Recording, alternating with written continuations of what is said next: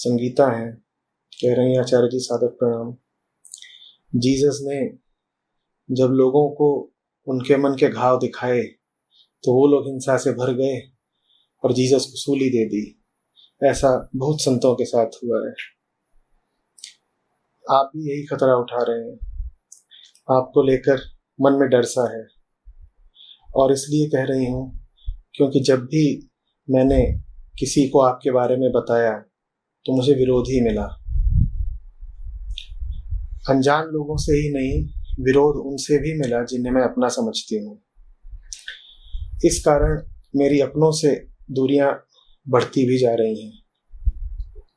सोचती हूँ कि जब ये लोग आपकी बातें ही बर्दाश्त नहीं करते तो आपको कैसे बर्दाश्त करेंगे। अब मेरा मन ही नहीं करता कि इनके साथ कोई चर्चा करूं।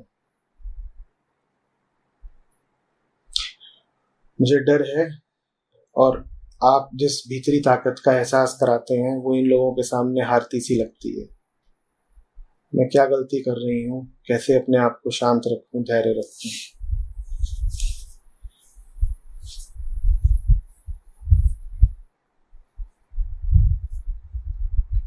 संगीता।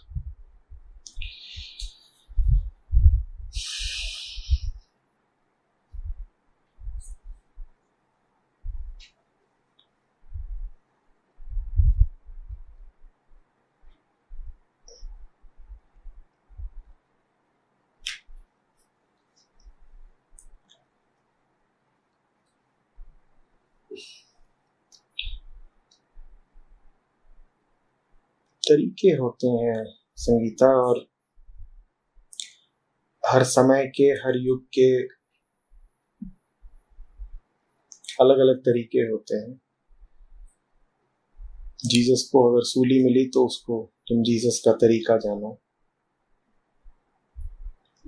ये कोई अन्याय या अत्याचार नहीं हो गया था जीसस के साथ।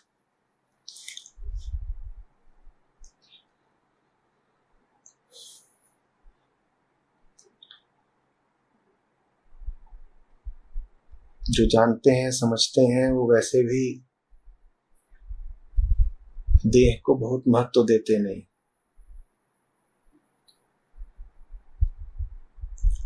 कुछ और होता है जो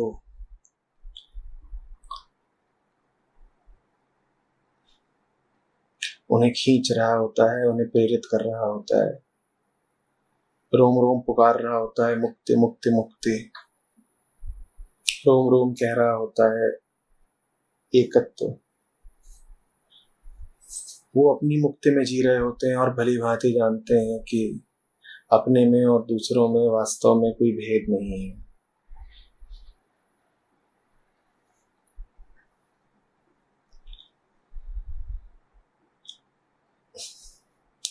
अपनी मुक्ति से वो प्रेरित होते हैं, दूसरों की मुक्ति के लिए वो संकल्पित होते हैं। जब अपनी मुक्ति से वो प्रेरित है अर्थात मुक्त है, तो देह से भी मुक्त है ना। देह से मुक्त है, भविष्य से मुक्त है। एक ही संकल्प होता है,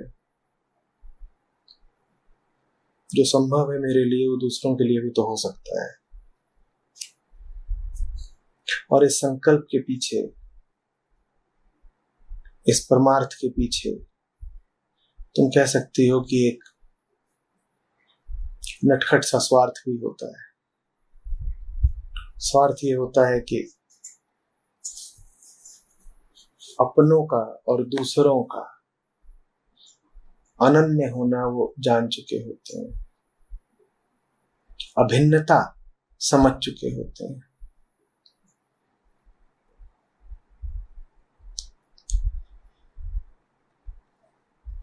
जान चुके होते हैं कि एक तल पर जहां फर्क नहीं पड़ता मुक्त पुरुष को कि दुनिया में क्या चल रहा है क्या नहीं, वो दुनिया से आजाद है, वहीं दूसरे तल पर वो दुनिया से बंधा भी हुआ है। वास्तविक तल तो वही है जहां वो आजाद है। लेकिन फिर भी जब तक देहधारी है वो, तब तक देह के माध्यम से ही सही दुनिया से एक रिश्ता तो रखता ही है। वो दुनिया की आजादी के लिए भी कृत संकल्प होता है। वास्तव में उसके जीवन का और कोई मकसद ही नहीं होता। जब तुम समझ लो कि किसी के पास कोई मकसद नहीं बचा, तो उसके पास यही एक अमकसद या आखिरी मकसद बचेगा, दूसरों की आजादी। जो स्वयं भविष्य से आजाद हो गया, इच्छाओं से आजाद हो गया, महत्वाकांक्षाओं से आजाद हो गया, हर तरह के उद्देश्यों और मकसदों से आजाद हो गया, उसका ही आखिरी मकसद होता है।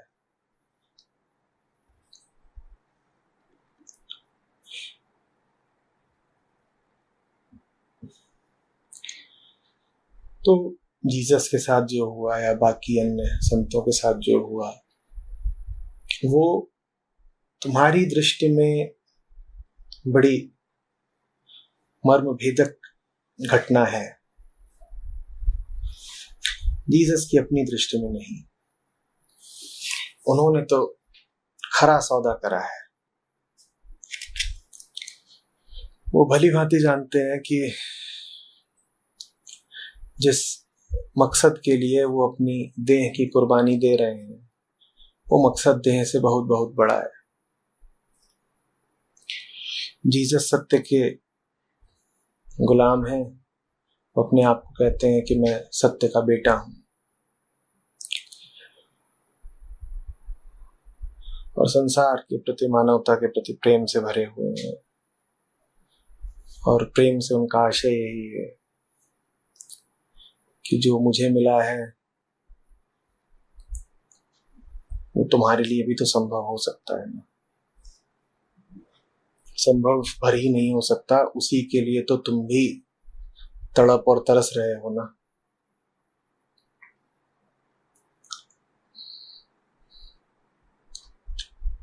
सुंदर वक्तव्य था ना। Father forgive them for they know not what they are doing.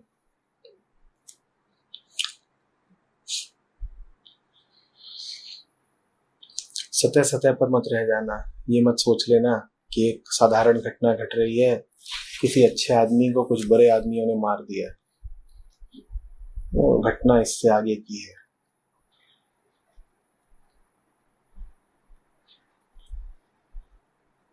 विधि है, जीसस की कुर्बानी तरीका है, विधि है। कई बार तुम्हारे प्रेमी के सामने, गुरु के सामने तुम्हें जगाने का, उठाने का और कोई तरीका ही नहीं रह जाता। यही तरीका बचता है कि तुमसे बड़े से बड़ा पाप करवा दिया जाए, फिर उसी पाप की आग में तुम्हारा अहंकार भस्म होता है। तुम अगर चुटकी लेना चाहो, जरा मुस्कुरा के कहना चाहो, तो तुम ये भी कह सकते हो कि जीसस ने एक खूबसूरत चाल चली है। जीसस स्वयं अपना वध करवा रहे हैं, और कोई तरीका नहीं है। जो लोग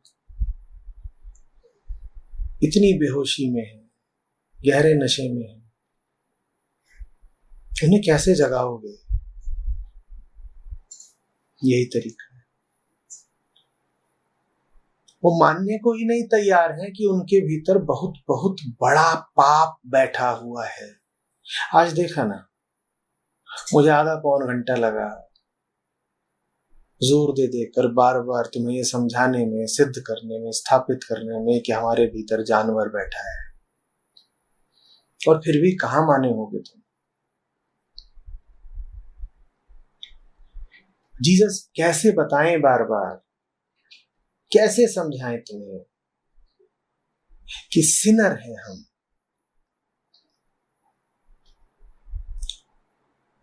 और जीसस के पंथ में सिन शब्द का बड़ा महत्व है। वो हमारे भीतर के इविल को उद्घाटित करना चाहते हैं, पर हम मानेंगे थोड़े ही कि हमारे भीतर इविल बैठा हुआ है। कैसे मानेंगे? हम तो अपनी नजर में बड़े सुयोग्य और अच्छे और धार्मिक लोग हैं, और जीसस हमसे कह रहे हैं बेटा तुम्हारे भीतर बड़ी गड़बड़ है, हम मानने को तैयार नहीं। तो कैसे साबित करें जीसस कि हमारे भीतर गहरा काला पाप बैठा हुआ है? एक ही तरीका है, उस पाप को सामने लाना पड़ेगा, उस पाप को जग जाहिर करना पड़ेगा, उस पाप को भरी भीड़ के सामने ठीक चौराहे पर नंगा कर देना होगा। तब तो तुम्हें मानना पड़ेगा ना कि तुम्हारे भीतर पाप बैठा था। बड़े से बड़ा पाप क्या है? संत की हत्या, गुरु का वध। जीसस ने कहा तुम मान नहीं रहे हो ना कि तुम पापी हो, तुम ढोंग ही करे जा रहे हो ना। तुम अपने कलुष को, अपने विकार को, अपनी वृत्तियों को छुपाए ही जा रहे हो ना, और उनको छुपा करके तुम मुक्ति से लगातार दूर बने हुए हो ना। तुम अपने भीतर के पाप को जब तक छुपाते रहोगे, जब तक उसको स्वीकार नहीं करोगे, उसका सामना नहीं करोगे, तब तक तुम शैतान की गिरफ्त में रहोगे। बहुत जरूरी है कि पहले तुम्हारे सामने ये प्रदर्शित किया जाए, ये खुलासा किया जाए कि तुम महापापी हो, कि तुम्हारे भीतर शैतान का अड्डा है। तो जीसस ने कहा ठीक है, मैं दिखाता हूं कि तुम्हारे भीतर इतना पाप है कि तुम एक क्राइस्ट तक का वध कर सकते हो। और जब क्राइस्ट का वध कर लिया लोगों ने, तब उनकी रूह कांपी। तब उन्होंने कहा क्या हम इतने बड़े पापी थे कि हमने इस आदमी को मार दिया? हाँ, बहुत जरूरी है कि एक नहीं कई जीसस मरे, ताकि तुम्हें पता तो चले कि तुम्हारे भीतर जीसस के लिए कितनी घृणा है। जीसस के लिए तुम्हारे पास जो घृणा है वो वास्तव में तुम्हारी अपने प्रति घृणा है, और जब तक तुम अपने प्रति घृणा से भरे हुए हो, तुम्हारा जीवन घृणास्पद ही रहेगा। जीसस के लिए तुम्हारे पास जो घृणा है, उस घृणा का प्रकाशित होना बहुत जरूरी है, उस घृणा का खुलासा होना बहुत जरूरी है। तब तुम्हें चोट लगेगी, तब तुम झंझोड़े जाओगे, तब तुम बदहवास हक्के बक्के रह जाओगे। तुम कहोगे नहीं नहीं नहीं नहीं नहीं, मैं इतना बुरा आदमी तो नहीं हो सकता, मैं इतना बुरा आदमी तो नहीं हो सकता। जीसस का धर्म इसीलिए तुम्हें बार बार बताता है, रिपेंट। देखो कितने बुरे हो तुम, देखो कितने बुरे हो तुम, देखो शैतान बसता है तुम्हारे भीतर, देखो महापापी हो तुम। और ये तुम मानते ही नहीं अगर तुमने जीसस को सूली न दी होती। जीसस को तुमने जो सूली दी, वो तुमने अपने ही खिलाफ एक सबूत खड़ा कर लिया।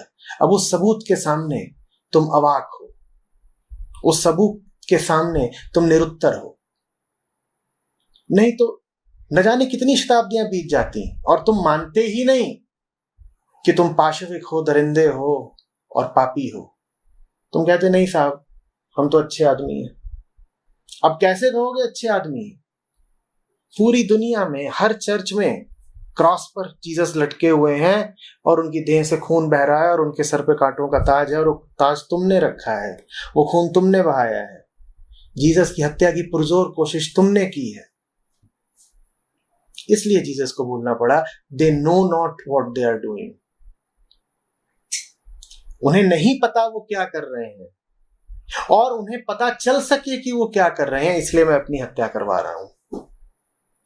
वो नहीं जानते कि वो क्या कर रहे हैं, पर मैं उन्हें मौका दे रहा हूं कि वो मेरा वध कर दें, ताकि उन्हें पता चल सके कि वो कौन है और क्या कर रहे हैं। जब जीसस पे हाथ उठाओगे, जब जीसस से कहोगे कि कांटों का ताज पहन के और सलीब को लेके चढ़ पहाड़ पे और उतर, तभी तो तुम्हें पता चलेगा ना कि कितनी घृणा और कितनी हिंसा भरी हुई है तुम्हारे भीतर। नहीं तो तुम्हें कैसे पता चलेगा? तुम तो रहते हो अपने मन की सतह पर और वहां बस लीपाप होती है। वहां तुमने अपने आप को बिल्कुल सिद्ध कर रखा है, आश्वस्त कर रखा है कि हम तो सभ्य हैं, नैतिक हैं, धार्मिक हैं,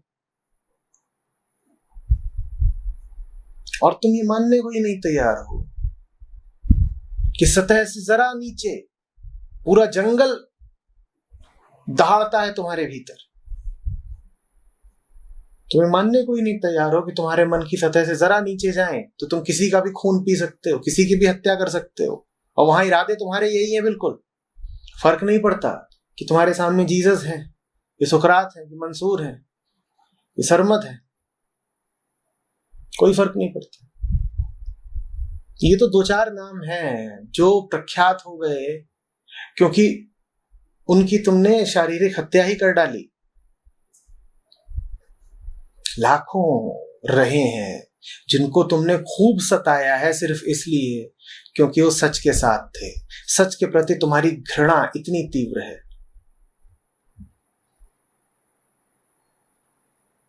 क्यों दुर्योधन नहीं दौड़ा था कृष्ण को गिरफ्तार करने के लिए?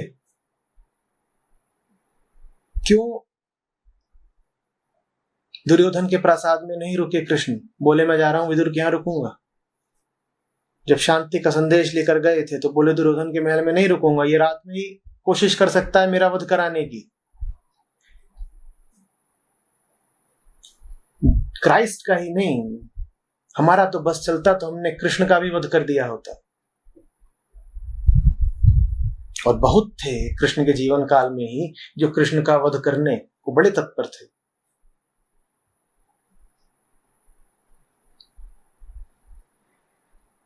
कृष्ण हो, राम हो, बुद्ध हो, महावीर हो, कौन है हमने जिसका वध नहीं करना चाहा है? और मैं तुम्हें बता दूं, जो तुम्हें सच की राह पर ले चलेगा, तुम्हारे भीतर से घृणा की प्रचंड लपट उठेगी उसके खिलाफ। तुम बुरे से बुरे आदमी को माफ कर सकते हो, अच्छे आदमी को माफ नहीं कर सकते। जो तुमको नर्क में, पाताल में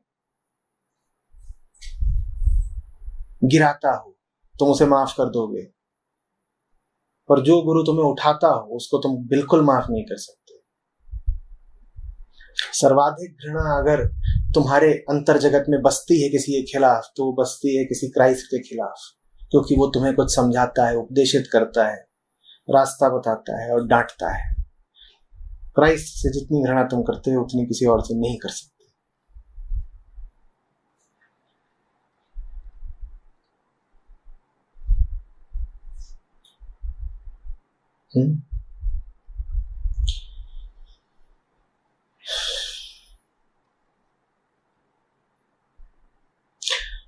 तो संगीता जानती हैं जो क्राइस्ट के सबसे प्यारे शिष्य थे, उन्हें किस लिए चुना था क्राइस्ट ने? उन्होंने कहा था मैं अपने वध का आयोजन कर रहा हूं, तुम सहयोग दो। तो 3 श्रेणियां हो गई यहां पे लोगों की।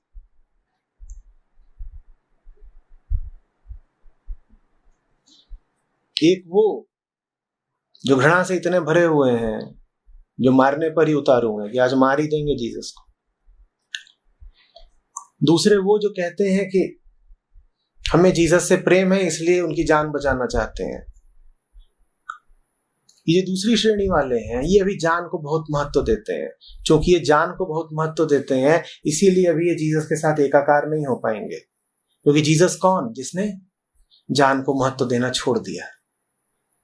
और जीसस का अगर कोई प्रेमी है, कोई शिष्य है, कोई हितैषी है, वो जान को इतना महत्व देता है कि जीसस की ही जान बचाना चाहता है, तो अभी वो जीसस के साथ एक नहीं हो सकता। आप अभी इस मध्यम कोटि में हैं। सबसे ऊंची कोटि के जीसस के शिष्य वो थे जिन्हें जीसस ने चुना और कहा सहयोग करो, आयोजन करना है। अब वक्त आ गया है कि जान दी जाए। बाकी कुछ जो मैं कर सकता था मैंने कर दिया।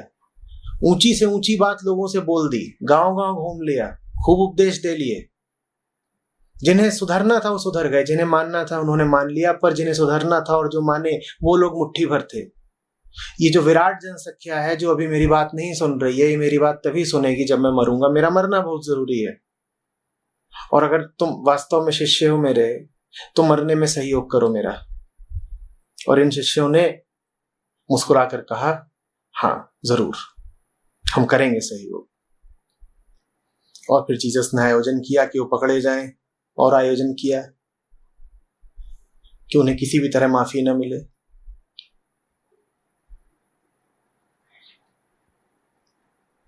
और फिर जब पुनरुज्जीवित हुए तो बस एक दो ही लोग थे उनके पास।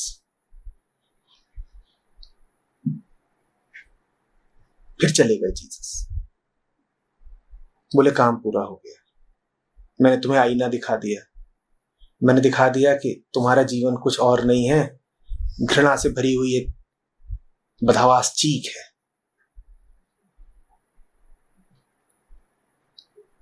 फिर वहां लौटे नहीं। तो अगर आप मध्यम कोटि से उच्चतम कोटि में आना चाहती हैं तो सहयोग करिए। जो गुरु स्वयं अपने वध का आयोजन न करे वो तो होगा कोई डरपोक जिसे अपनी जान से अभी बहुत प्यार है। वो तो होगा कोई अज्ञानी कामी जो अभी देह भाव में ही जीता है। आपको तो अगर दिखाई दे कि यहां घृणा पसरी हुई है और लोग गुस्से से भरे हुए हैं और गुरु का विरोध कर रहे हैं, गालियां दे रहे हैं, तो आप तो उन्हें ले जा करके हथियार दीजिए, बोलिए ये लो, इससे मारना।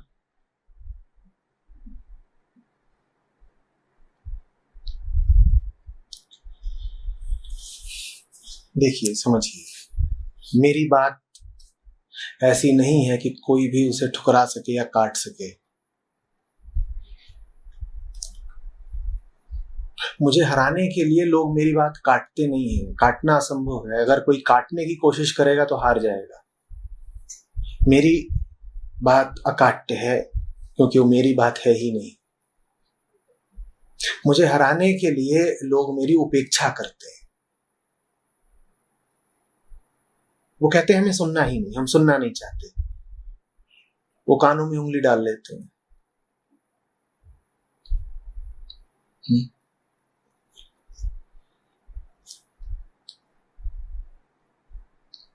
उपेक्षा से भली होती है घृणा।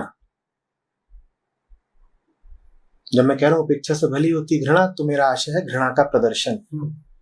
क्योंकि उपेक्षा के नीचे तो घृणा दब जाती है वास्तव में घृणा। इसलिए कर रहे हो उपेक्षा, पर दिखा ये रहे हो कि हम तो सिर्फ उपेक्षा कर रहे हैं, हमें कोई मतलब नहीं है। उपेक्षा हटनी चाहिए। अगर प्रेम के कारण हटती है उपेक्षा, बहुत अच्छी बात, पर अगर प्रेम के कारण नहीं हटती उपेक्षा तो घृणा के कारण ही हटे। अब दो बातें होंगी। पहली बात, जो मेरे प्रति घृणा से भरे होंगे उन्हें पता है कि बात मेरी अकाट्य है और सच है, और साथ ही साथ उन्हें यह भी दिखेगा कि वो सच के खिलाफ घृणा से भरे हुए हैं। अब जरा लाज आएगी, अब जरा सर झुकेगा, अब जरा प्रायश्चित उठेगा।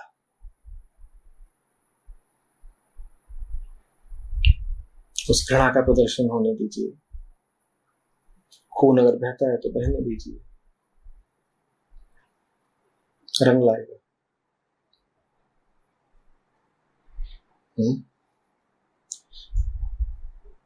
खून तो संगीता वैसे भी बह ही रहा है।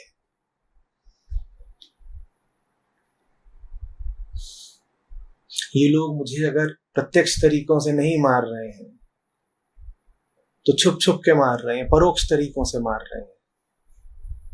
मेरा जीवन एक मकसद के लिए है, ये उस एक मकसद के रास्ते में रोड़ा बनकर मुझे मार रहे हैं। पर ये जिन तरीकों से मुझे मार रहे हैं वो तरीके दिखाई नहीं देते,